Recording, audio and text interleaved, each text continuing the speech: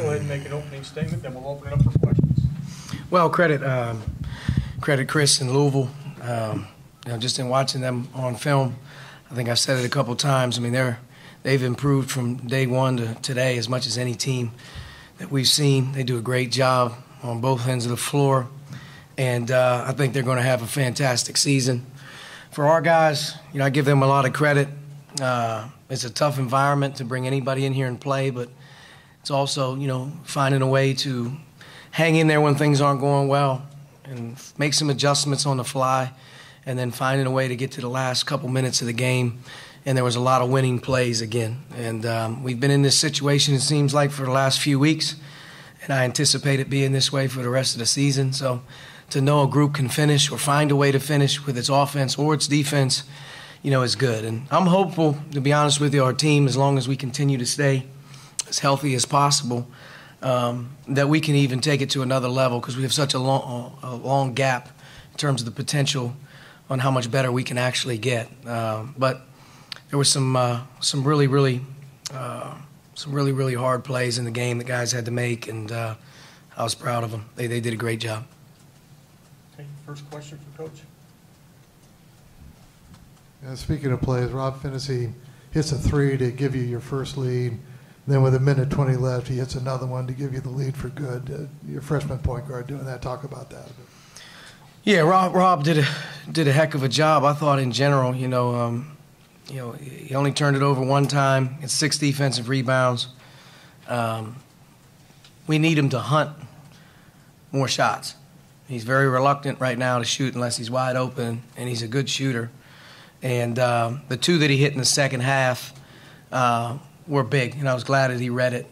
Clearly the shot at the top was really well executed, and he stepped in and drilled it. So Robert continues to do a really good job for us, and he had a good week. Our Penn State game and this game, he was big in the last 4 minutes of the game, and you need your point guard to be able to do that.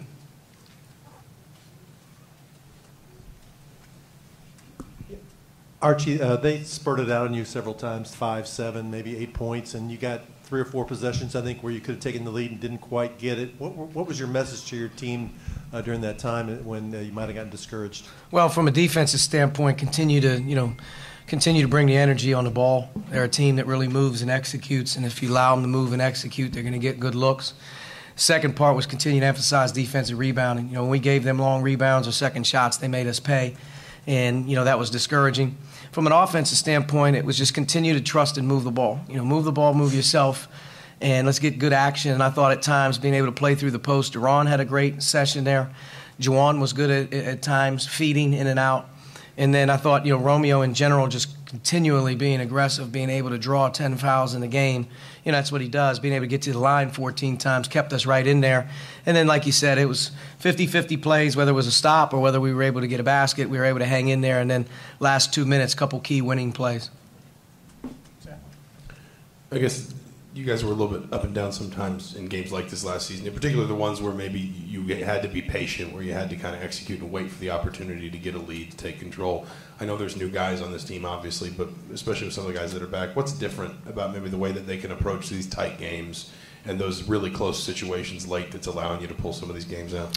I would hope that they would think that our defense can carry us, when things aren't going well. It doesn't mean you're going to shut them out, but when you need a run, when you need the ability to get back in the game, or you need something to happen, sometimes it's not offense, sometimes it's defense. And I think the one thing that's been evident with this crew, we're much better, we're much tougher, we're much bigger at times on the floor than we've been in the past, and we're able to get stops, key stops at times to help us. I think we had a window there with about 4 minutes where I'm not sure they got a field goal in that stretch, which, that's what you need to have, especially as you start to look towards January and February in the Big Ten, how hard it's going to be. You got to hang your hat on that. But we have a lot of room to grow on offense. We got to keep getting better there. We got to make the game easy on ourselves. And I think as we continue to elevate that side of the ball with more chemistry, more movement, more sharing, will be even harder to deal with. But I think this team has a leader in Juwan that we trust. I think that Zach being back out there continues to give a guy that they trust. And I think, as our new guys have sort of approached the floor, they're gaining trust a little bit as well. But, without question, there's a go-to guy, there's go-to guys, and there's also the go-to, ability to get some stops, I think, at times. Not that we're perfect, but we've been able to dig in a lot of games and find a way to get our defense to be able to give us a little offense. Coach, Deron Davis had 8 points in 14 minutes coming off the bench. How huge is it to be able to have a big guy like him be able to come off the bench and be able to score in the post and be able to make similar passes like Juwan does, and just kind of like his impact with the team? Well, when he plays minutes, he gets fouled. You can obviously play through him. I think he's very shifty in the blocks. Going against other big guys, he's comfortable down there, and he's a willing passer. He is. He's unselfish. His 14 minutes tonight were really, really big. He did a great job, and he's, to be honest with him, to credit him, he's had to fight through that body pain, soreness, getting in shape while you're injured. And right now, he's been able to practice the last few weeks, really consistent. I think he's in the best shape that he's been in since maybe, not that he's in shape that he was last year at this time in December, but he's in the best shape that he's been in. He's got about another month before conference play starts where I think he can take one more jump conditioning-wise, which will help him play more minutes. But without question, Deron's a big part of what we're doing. And when he is able to play a lot of minutes, he gives us another big presence on the floor against other big people. Coach, you mentioned in the past Rob was a guy who came in, you weren't necessarily sure how college ready he was going to be. What's just made him so good in this first couple of months of the season, and how big has it been able to have a guy like that step into that role so quick, so young? Well, Rob, without realizing it, how physically strong he is, how sturdy he is as a guard. I mean, there's very few freshman guards that can do what he does, for 33 minutes in terms of the defensive side of the ball, which we ask him to do. He's also a tough kid, and you don't really know, how tough a guy is or what they're made of until you really get him going. And he's taken advantage of the opportunities that he's been given. He's played well, and he's had a great work ethic about it. He's also learning how to play point guard in college. It's a lot different than playing point guard in high school, and he's doing a better job, I think, running our team. But he's been a great addition to the program all the way around, on and off the floor. Archie, when it comes to, out here in the back, when it comes to Romeo's ability to drive and either score or get fouled, is that kind of in his bag of tricks despite how he's shooting on the perimeter, or would that get easier for him and more effective if he were able to knock some more of these perimeter shots down?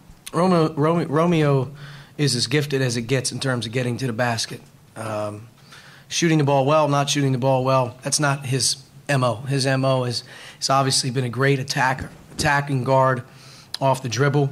I don't think a lot of people understand how physically big and strong he is as a freshman and how gifted he is in his length offensively as he's approaching the paint.